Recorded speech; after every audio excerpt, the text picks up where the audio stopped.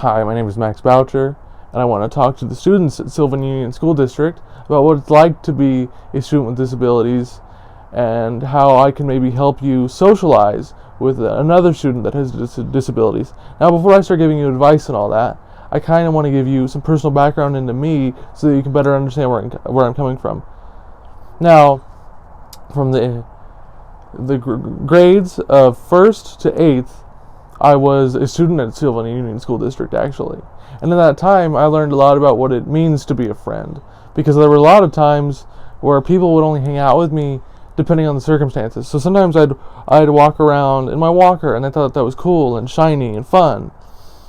So, and of course I understand that, we're all kids, we like shiny stuff. But other than when I was walking or exercising in my chair, they wouldn't really hang out with me. So in that 8 years, I only had maybe 4 or 5 true friends per school level.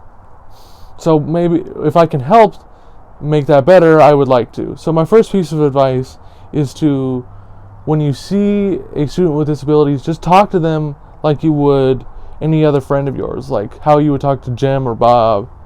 Like, ask them, like, hey, how was your weekend? What'd you do? Did you go anywhere fun? Stuff like that. Just because if you talk to them in a certain way, which I've been talked to a lot, sort of like they're 4 or 5, they may not be able to communicate it with you, but they'll feel it, and I felt it.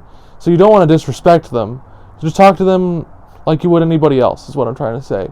Now, my second piece of advice that is kind of runs along with that is you want to be patient with them, because they may have a communication barrier depending on their disability.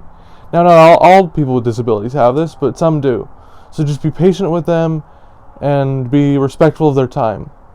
Now, with those pieces of advice, I think what can be gleaned from that, from both sides, from you and the student with disabilities, is a certain respect, because they'll respect you for respecting them, and you'll actually grow a friendship because they'll feel gratitude that you didn't treat them like most people do, like I said, as a 5-year-old. So that will actually make them feel more part of the school system and social life, because they won't feel like they're just behind because of how they've been treated before. Like that there's actually someone in their corner who sees them as a human being and not as like a pet, right?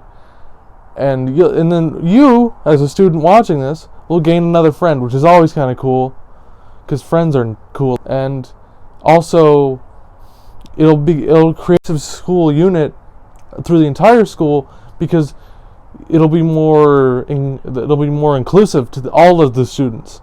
It'll be more of a unified experience from all students and faculty, because we're not judging someone based on something they can't control, is what I'm trying to say.